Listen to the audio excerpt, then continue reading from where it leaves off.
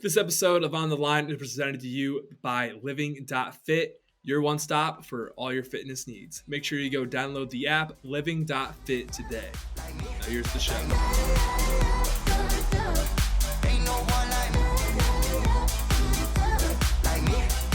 Welcome to On the Line. Today is Friday, March 4th. We got a great show for you guys. We got a show that's been a long time coming. But first and foremost, if you're watching on YouTube, make sure you hit that subscribe button. If you're listening on Apple, Spotify, Deezer, Stitcher, whatever you're listening to, hit that follow. Maybe leave a review. That'd be pretty cool. But anyway, as I said, this is a show that's been a long time in the run. We'll explain that later. But we got Rage and Ally, Iaquinta. Awesome interview. Fun time talking with him. Once we wrap up with him, we go into our medals for the week. A lot of fun, as always, with those. And then we wrap up with a little UFC 272 talk. So without further ado, here is Al Iaquinta.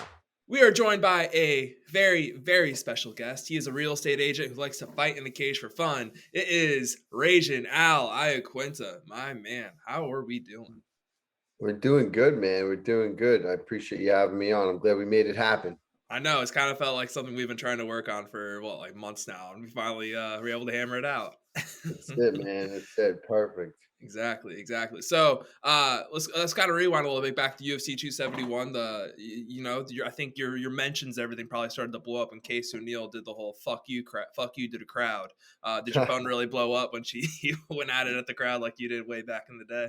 Yeah. It was pretty cool to see. It was good for her for standing up for herself. I like to see that. I always thought when I was younger and I just got into the UFC and people would boo the fighters. I go, why? They start booing and they go, oh, come on. They try to be nice to the crowd. I was always like, if that ever happens, I'm cursing back at them. Fuck them. And damn right you did. But I think they were booing. I don't know if they were booing her, if they were booing the judges, because I thought they were booing the judges. Yeah, no, of course. Same thing. I think it was the same thing kind of with me, but yeah. Don't let there be any questions about it. No, not at all. So on a scale of 1 to Ragin' Al, what would you give her on her performance and going back at the crowd? Oh, she was up there. She was 8.59, right? Yeah, let's say 8.59 out of Ragin' Al. Yeah. Let's do that. Yeah, it's pretty good. So I don't think what's not talked about enough is that fight where that'll happen was you beat Jorge Masvidal out of the lightweight division. And now he's fighting, he went on to fight for welterweight titles and that kind of stuff. But what's not talked about enough is that you literally were the last fight Jorge Masvidal ever had in the lightweight division. Pretty wild. Yeah, it was a long time ago. But it was wild. I remember he almost didn't make the weight. He was struggling. He struggled really hard to get down to 55. He was a big 55er. He was a big 55er. Yeah.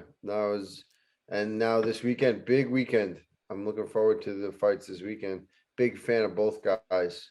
So what's a little preview then? A little preview then for you for your MyBookie picks. Got a MyBookie pick for Masvidal and Covington? You got a MyBookie.ag pick. You're gonna have to wait for the official pick, but I don't know, man. Colby's tough, and this is such an interesting fight because they've trained together in the past. So it's like who got the better back then? Who's kind of like the big brother in their friendship? I think Masvidal was a little ahead at that time when they trained together. Colby was more like coming up. Masvidal had been around. He'd been fighting in the UFC, Bodog and Bellator and everything. So he was always kind of like the big brother. But Colby's freaking tough. His wrestling, his pressure. And you've seen it guy that beats Masvidal like Usman kind of just muscled him against the cage, wrestled, and then the second fight with the knockout was totally unexpected. It's going to be an interesting fight. Looking forward to it this weekend. It's one of those things too with both those guys. I mean, minus the one Woodley fight with Covington, they've really both just fought Usman since their last fight, 2019 for I think Covington's last win was in 2019.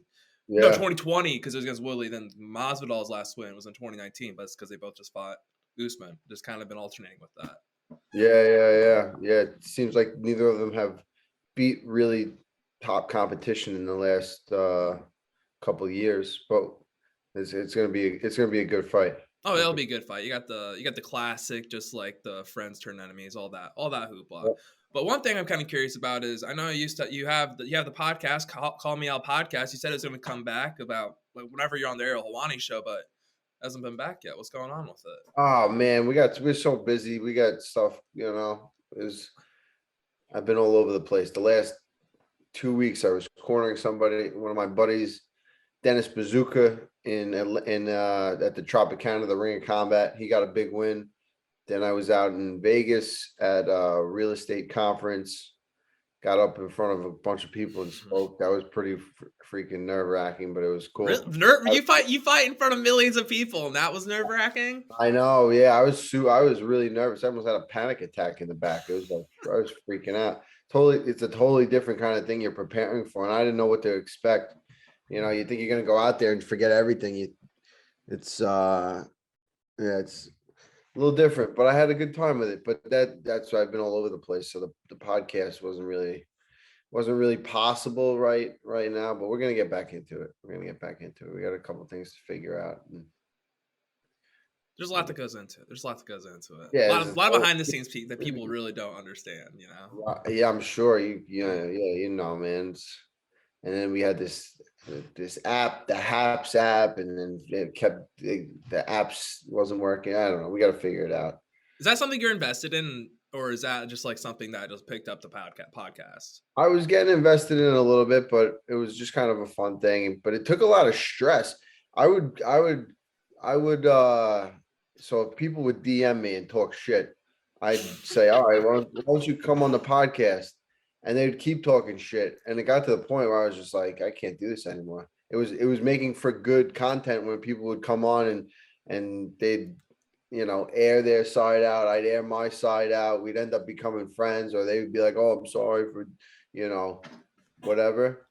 But yeah, it took some shit. It was stressful dealing with these people. Just talking shit for no reason. So that's another reason took a little break from that, What was your favorite? What was a guy that what was like the maybe most heinous shit someone was saying to you? And then like, was there someone saying like the most heinous shit? And then like the minute they got on the podcast, they were just like the nicest human being in the world. Just acting like they never even said anything. Oh, what the hell was the guy's name? I can't think of his name right now. Oh, he's calling me, you lost to this guy, you suck, you're a journeyman, you're this, you're that. I was like, dude, I didn't ask you. No one asked. What the fuck is the problem? Was he sliding in your DMs, or was he just commenting on all your like Instagram posts or things like that? I forget. Because I feel like the Instagram comment dudes are the worst. The Instagram comment people are the worst because it's not like it's just between you two. It's just like they're just airing it out for everyone to see. Yeah, it's like, come on, dude. But then when he got on. And so we're like me and you talking like this, and he was talking shit still. And I was like, dude, I want to jump through the computer screen and strangle him. Was he like the standard, like when you expect people like that? Was he like one of those like larger guys, kind of like gross facial hair, like all that kind of stuff? Or was he like a normal looking dude? He was a normal looking dude. He was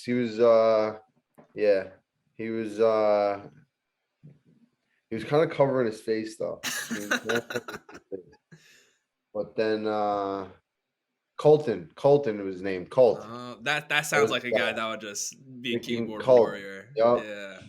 Big time. But then he ended up pretty knowledgeable about MMA, called in a few times. We talked about it, and then we kind of became friendly. It was good.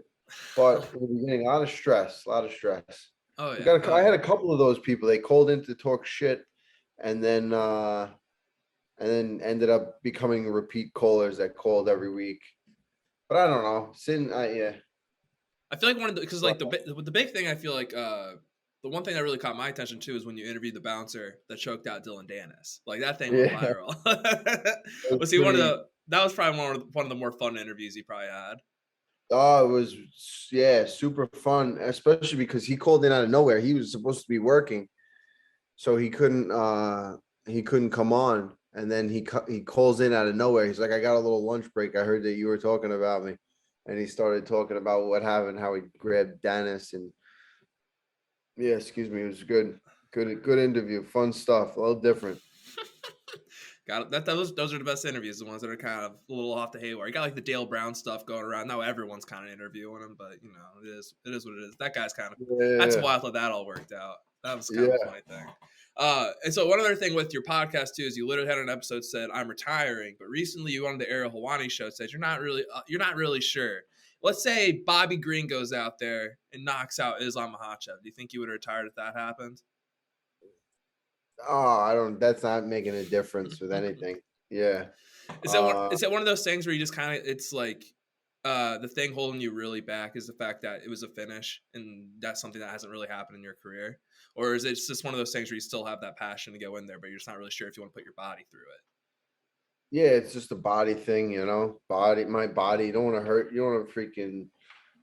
I'm getting up there in age. These kids are training hard. I see the guys in the gym that, 22, 23, 24. They're training 3 times a day. I'm like, I can't do that. My body just isn't. Yeah. So it's, if it comes back around, but for right now, I'm just kind of chilling. I didn't say I retired. I never said that. But The title of the podcast is literally Iaquinta retiring. on my Yeah, chat, on I my thing. swear on God, like on Apple What the Podcasts, it fuck? literally said that. You should Gotta probably put the go in there and change that. That's whatever. I don't really care. It's probably true.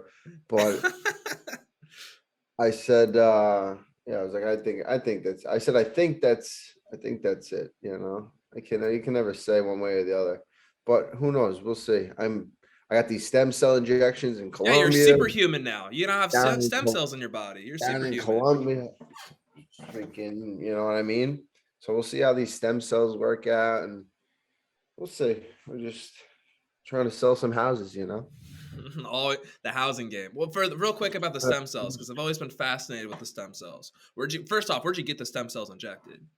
Into my knees. In your Yeah. knees? So like what like body part are they trying to replicate like in the knees? Or are they just kind of the knee? So I tore my ACL in one, the PCL in the other. Supposed to kind of help the healing process and really just keep inflammation down. I think it's gonna they get in there. You'd have to talk to a doctor. I don't know. I a lot of people they swear by it, and I've done everything that there is to do: surgery, gel injections, PRP, whatever else there is. I've done it, anti-inflammatories, all this stuff, and they're saying this is the new fountain of youth. You have to go to Colombia. It's not FDA approved. So, and I don't know why it's not FDA approved. They're just, it feels like that's the way it works here in the United States. Everything, we're a little behind with everything, but they got this new technology they're using down in Colombia where they can inject a million times more stem cells than they can do here. Something along those lines. Super potent.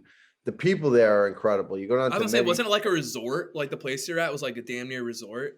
pretty much in Colombia, which is, you don't think that. You think Colombia, No. everyone's like, oh, be careful, be safe, this and that. I went down there and Colombia is beautiful. Obviously, there's places you don't want to go at certain times of the night or ever, but that's everywhere in the world. Colombia is really nice, relaxing. They take care of you. Bioaccelerator, incredible, incredible. It's like they call it a wellness vacation. That's what it is. You're just like chilling for a week. You get these stem cell injections. They swell up on you. You're a little uncomfortable for 24, 48 hours, but then once that wears off, you're good to go. And yeah, I've been feeling better. When did you get them injected? Was it like January you went to Colombia? About a month ago. So So yeah. you're close to like being able to actually do stuff again. Like actually do stuff again. Because doesn't it take Yeah, I like a mean, month? I've been doing physical therapy since the injections. They tell you to keep moving, don't stop. You don't want to do something crazy, but you want to stay active, and been doing the physical therapy. So I've been feeling pretty good. Aljo's got his fight coming up, so I'm back. I'm back in the gym. I'm back working with the guys a lot more. So it's good. So I know. So you've been Mr. Worldwide. I feel like over the past like year. So you've been there. You've been to Georgia. I mean, like, what's been the favorite place you've been so far in the past like year or two? So even though we're in the middle of like this crazy thing, you still Mr. Yeah. Worldwide. You're still Mr. Worldwide. Yeah, I try, man. You gotta. But yeah, no, I like to see new places, new cultures. Georgia was incredible. The Georgian people, they love Marab. Marab's like freaking Elvis Presley He has to be. in the Republic of Georgia. It's the way they look up to him. Well deserved. You know, the guys. That's who everyone should aspire to be like. Marab, a guy comes to the United States with nothing, just simply works hard and set a goal that he wants to be fight in the UFC, be UFC champion, and just relentlessly attack that goal. And here he is climbing the ranks, big fights, big wins. And the people in Georgia really they recognize that, and they see him, you know, they aspire to be. It's inspiring just being there with him. We were only there like 5-6 days, but we did so much. Marab wanted to go to as many gyms as possible and help the people as much as he can, inspire them. Yeah, it was really good trip, Georgia. Really good. I got to go back in the summer. Got to go back and really get to hang out because we were very busy. What was the biggest culture shock when you were there in Georgia? Not that I have a problem with it, but I kind of actually like they go to they go to lunch and they go to dinner, and if there's more than like 3 or 4 people, there's like 5 people, and there always is. Everywhere we went, we had like a dinner of 10, lunch 10 people, 12 people. Everybody would cheers and they'd say what they're thankful for, and you know, say something about the table and what's going on in the world, whatever. And then they do a cheers and you drink. And you drink, I think, like the whole thing, you drink the whole glass. No, Everyone you're gonna. So if you have like 20 people, you're getting fucked up. and and then you'll go back to like eating and hanging, talking with everybody, and then the next guy will get up and he'll say, you know, thankful, cheers, this and that, and they all do it.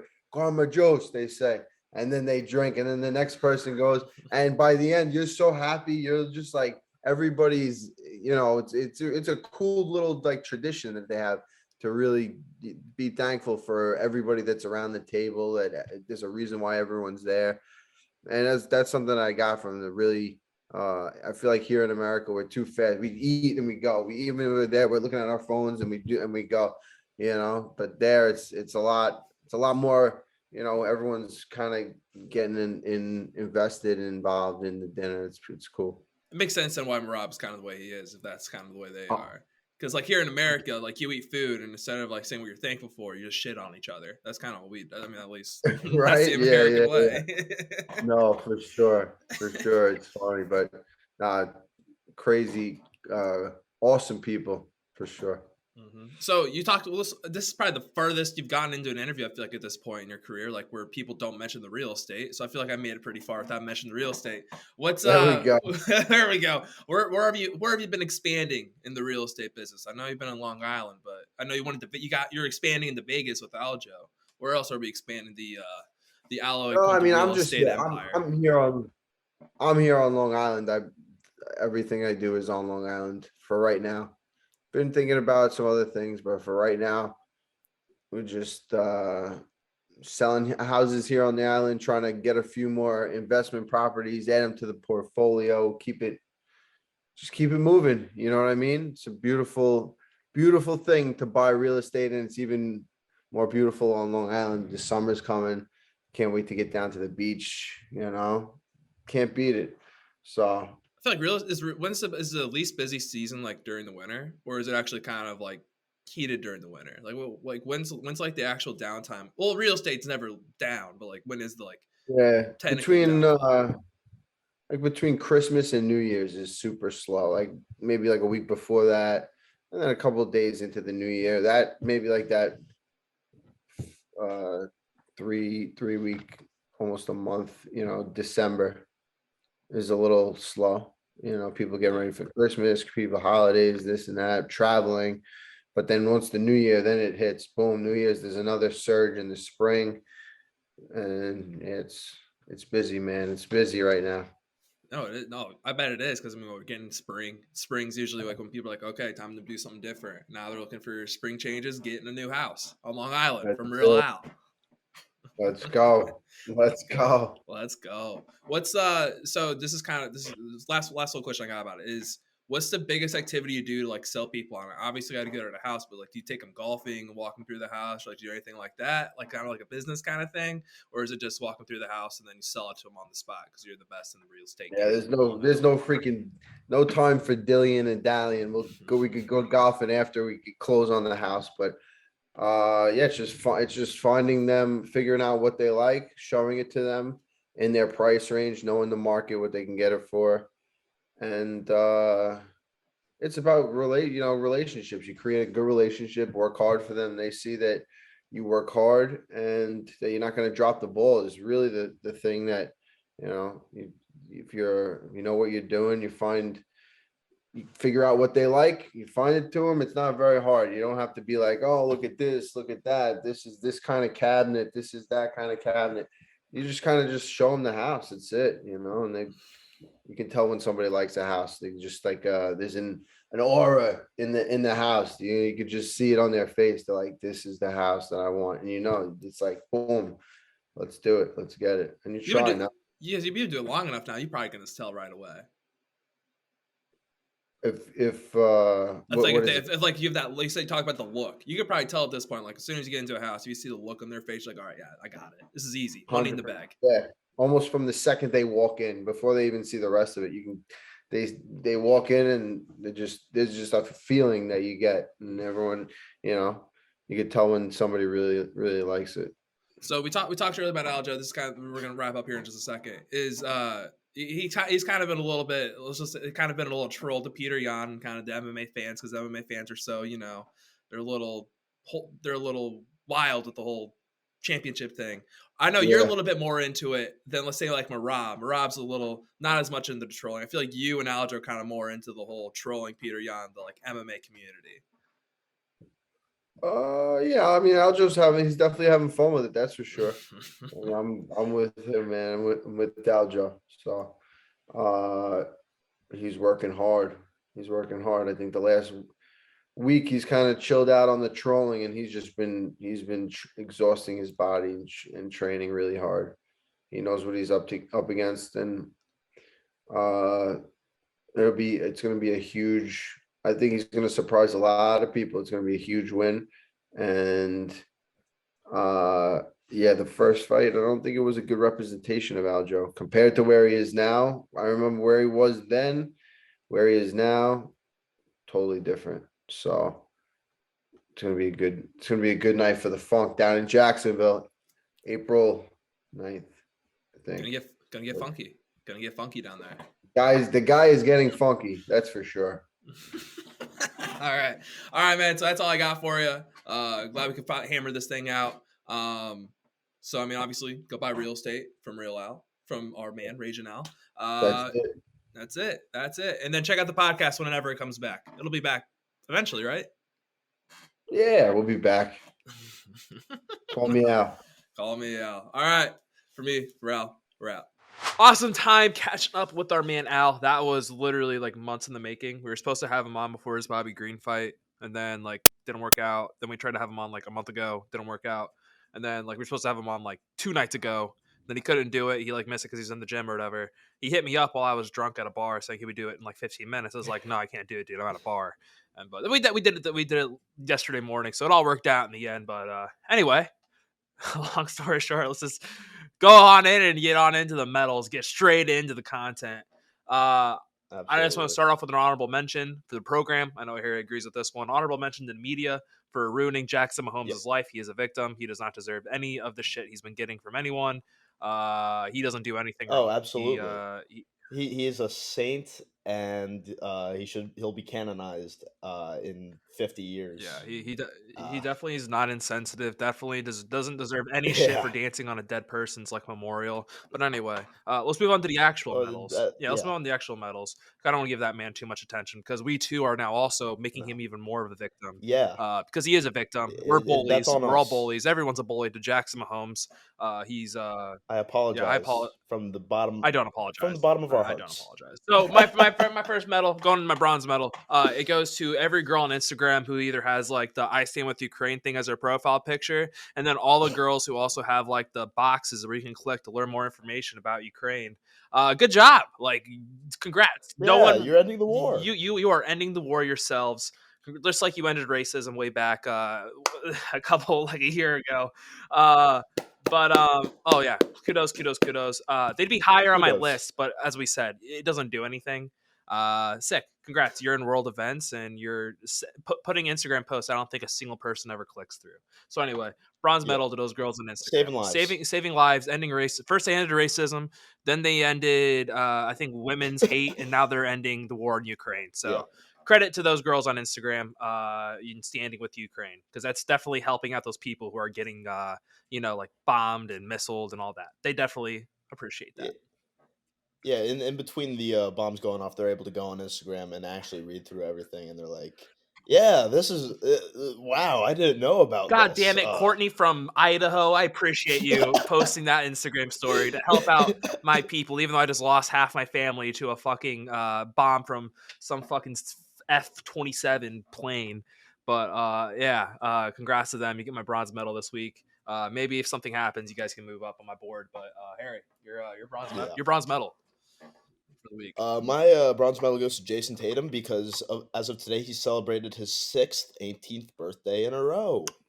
You know he's Isn't 18? that something? Did you know he's 18?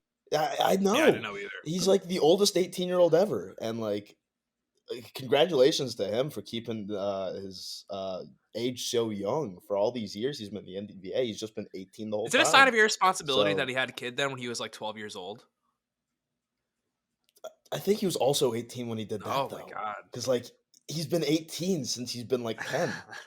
So, Jason Tatum, congratulations, Jason, for your 6th 18th in a row. It's a huge milestone. Huge milestone. So let's move on. My silver medal. My silver medal goes to Kanye West. Kanye's been all over the place. He's on a heater. He's on a bender. There's nothing better than a depressed, pissed, emotionally unstable Kanye West. This is the best time. Enjoy it. There's just not many people like Kanye.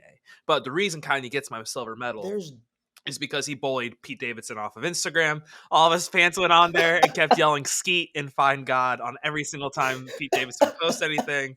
So shout out Kanye West and Kanye West fans. I love this pettiness. I also love the fact that Kanye's dating a girl who literally looks exactly like Kim Kardashian. That's amazing. Oh, fantastic! Just how many girls do you think have slid in his DMs? Like are telling him like I look like Kim Kardashian, and like he hits them up because of that. Over under 500K. Oh, not K. I'd say 500. I want to say 500K. 500. I don't know. Yeah, he's got a lot. How many of girls people, have a though, caboose? And, like, how many girls have a caboose like that? Yeah, that does take the number down by a significant amount. But think about all the girls who are getting. How many ass transplants do you think are like getting put in right now? Oh, the big booty lift doctor down in Miami is having himself a season right now. Oh, you want to be a big booty surgeon. That's money. Yeah, you want to be a big booty surgeon. That is money. It is money. It is money. All right, Harry, your silver medal. Robert Pattinson is my silver medalist this week because he is finally no longer the dude from Twilight. Shout out! I feel like snaps, that's just snaps. Absolutely, because that was just a mark on his record that he wanted gone for years. And like he had been doing some cool stuff. Like The Lighthouse was dope as shit. Good time, great movie, but nothing quite like the level that Twilight was. So he could never get rid of that. But now he's the Batman, and that just changes everything. And apparently he did a great job. I haven't seen it yet. I'm going to see it on Sunday, but apparently it was enough to make sure he's no longer the Twilight guy. But I do think it's funny that his biggest two things have had some kind of involvement with bats. That's true. Well, you could also think. Well, people forget he was killed. He was Cedric Diggory in Harry Potter. He was Cedric. Don't never forget. Crucial part of the story. R.I.P. Right. That's my Spoilers. boy. Spoilers. Maybe people haven't watched the movies yet. Yeah. You never know. Yeah. That's been out for a while now. So if you haven't seen those movies yet, 16 years at least. It's like ruining Sopranos now, but you actually still shouldn't do that. So let's move on to my gold medal. Yeah. My gold medal. I had a hard time picking this out, and I actually forgot about it for the past couple hours, but then I remembered, why. So my Gold medal goes to Kanye West. I mean, not Kanye West. I'm a dipshit. A gold medal. Well, it should go to Kanye West. It goes to Donovan Mitchell. So Donovan And Mitchell, I'm Kanye West. Kanye West. He just took it again. No, so I gave it to Yeah. Donovan Mitchell because he was asking, is it weird if he ordered orange juice with his dinner? So that sounds normal. Then Josh Hart Yeah. exposes Donovan Mitchell because apparently Yep. Donovan Mitchell would chase vodka with chocolate milk. That's some psychopath shit. The But that's also like so unique. fuck is No one that? else does that. So shout out Donovan Mitchell for like never getting out of breakfast and using breakfast like drinks for everything.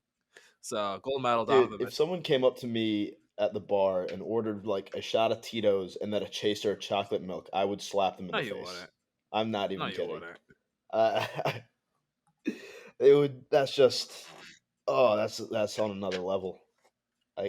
You gotta respect it. That's what I'm saying. You gotta respect him. That's why he gets my gold medal over Kanye West and over the Instagram girls. So Harry, Yeah. your gold medal. My gold medal Is it Philly goes to related? the man, the myth, the legend. It's not Philly Oh! related.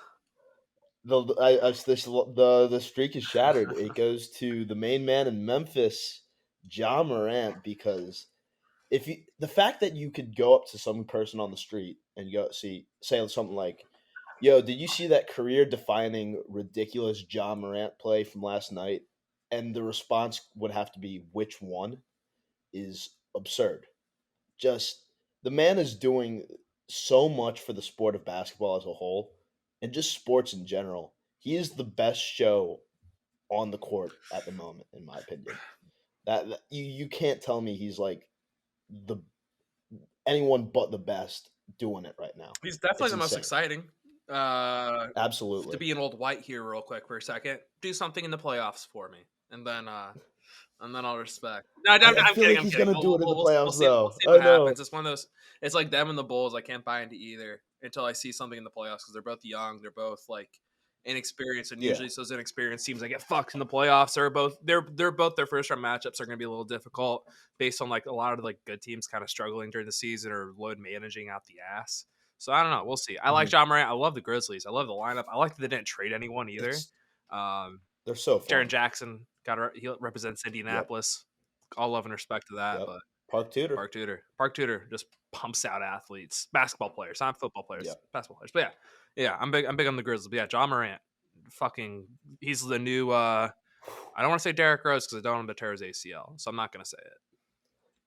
I'd compare him to Vince Carter kind of with the shit he kind of pulls on the court.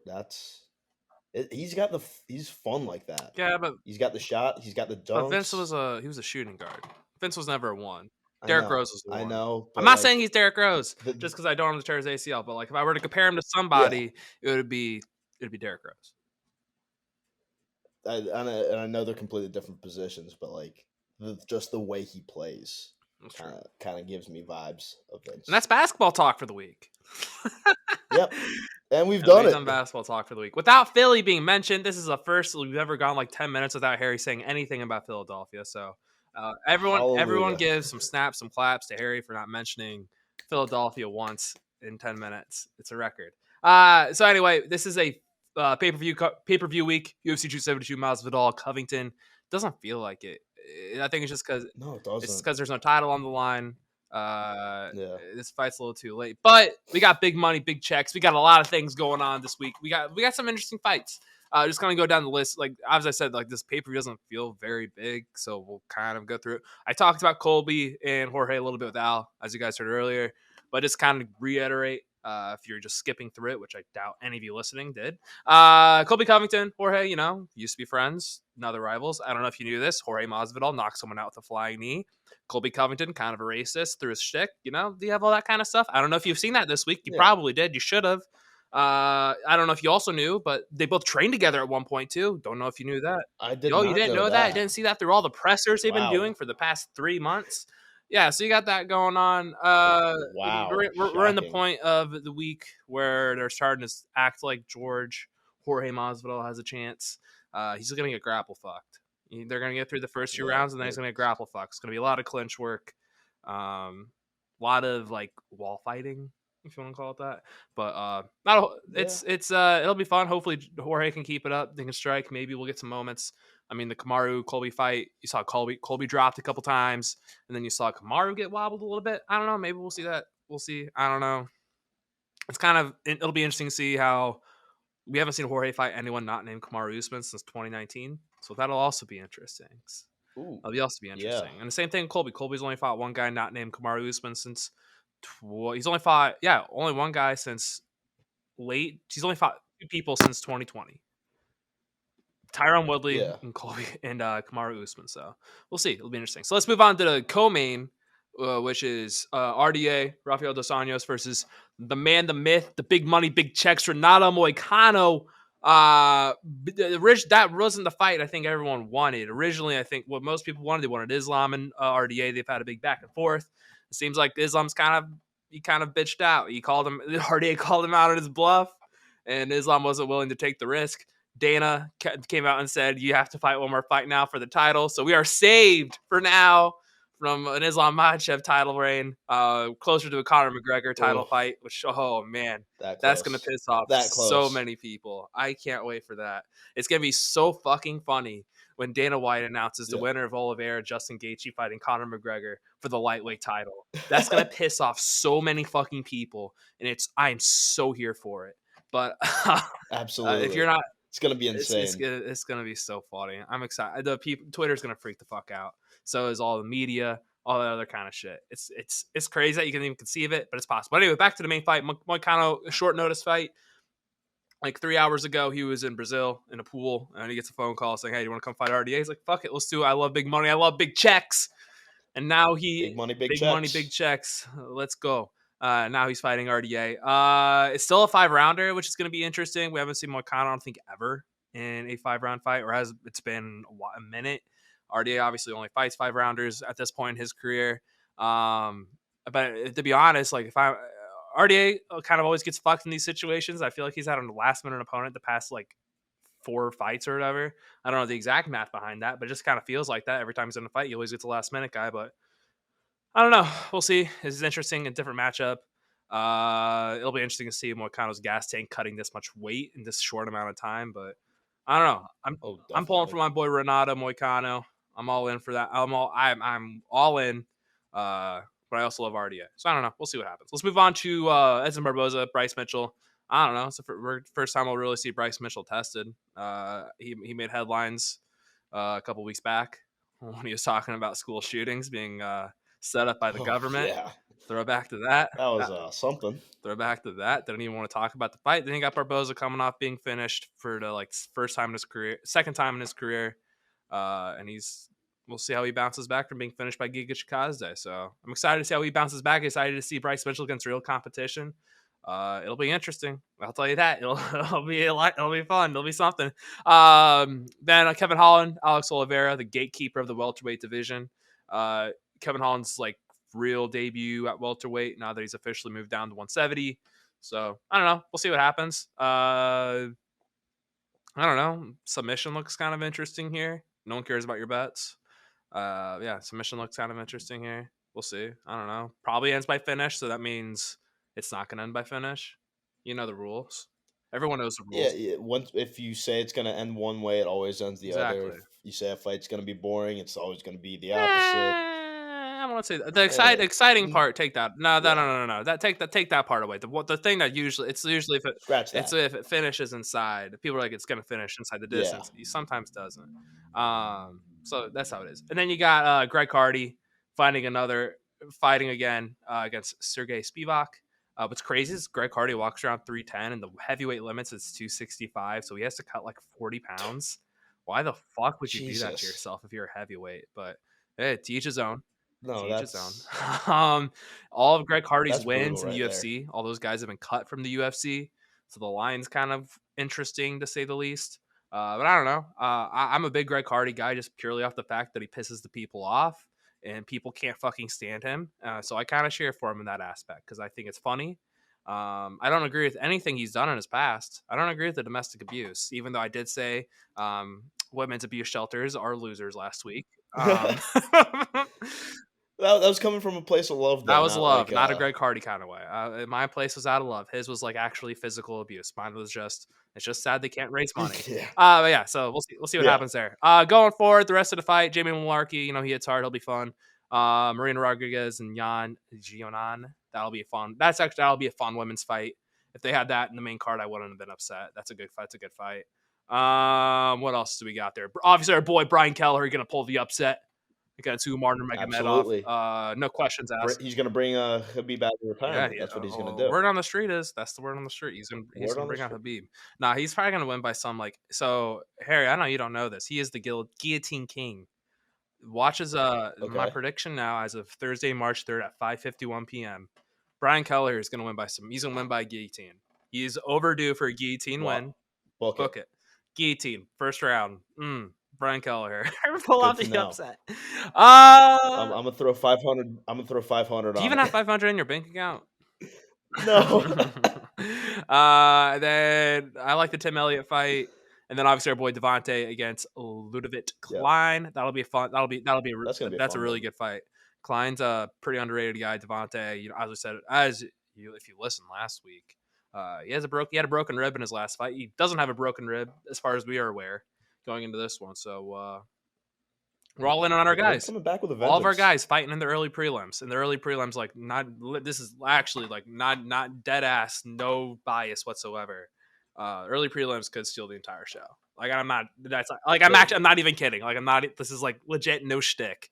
Actually, It looks fun I as legit hell. believe that. The main card will be fun. The prelims kind of seem boring, not boring, but they're kind of like, I don't know, the Kennedy and Njoku, the light heavyweight fight, that dude loves to get down in the first round and just get fucking rocked, and then come back for miracle wins in the second. So be on the lookout for that too. So if he don't bet that guy in the first round, just wait for him to get fucking his shit rocked in the first, then take him live. Dude has a pretty good gas tank, Good can to take know. shots. No one cares about your bets. No one does, No but one cares. that's still No good one to cares. know. So you know that for a future reference. But yeah, this is definitely an interesting card. We'll see what happens. That's our final thoughts on that. Next week though, we get next week's card and a little glimpse just because I'm looking at it and it doesn't look too great. You got Santos Ankalaev. Last time Thiago Santos fought, he fought the boring Johnny Walker. Ooh, actually, I take it back. This card's that. Some of these fights next week should have been this week. That's what the fuck, UFC. Your bout ordering shit's weird. But anyway, that's the show. That's our weekend. But Tuesday we got Ken Flo. Maybe not just Ken Flo. It might be Ken Flo, Carl Roberson. I don't know. We got some guests, but we're back on track. Good interviews, and just there. That's the show.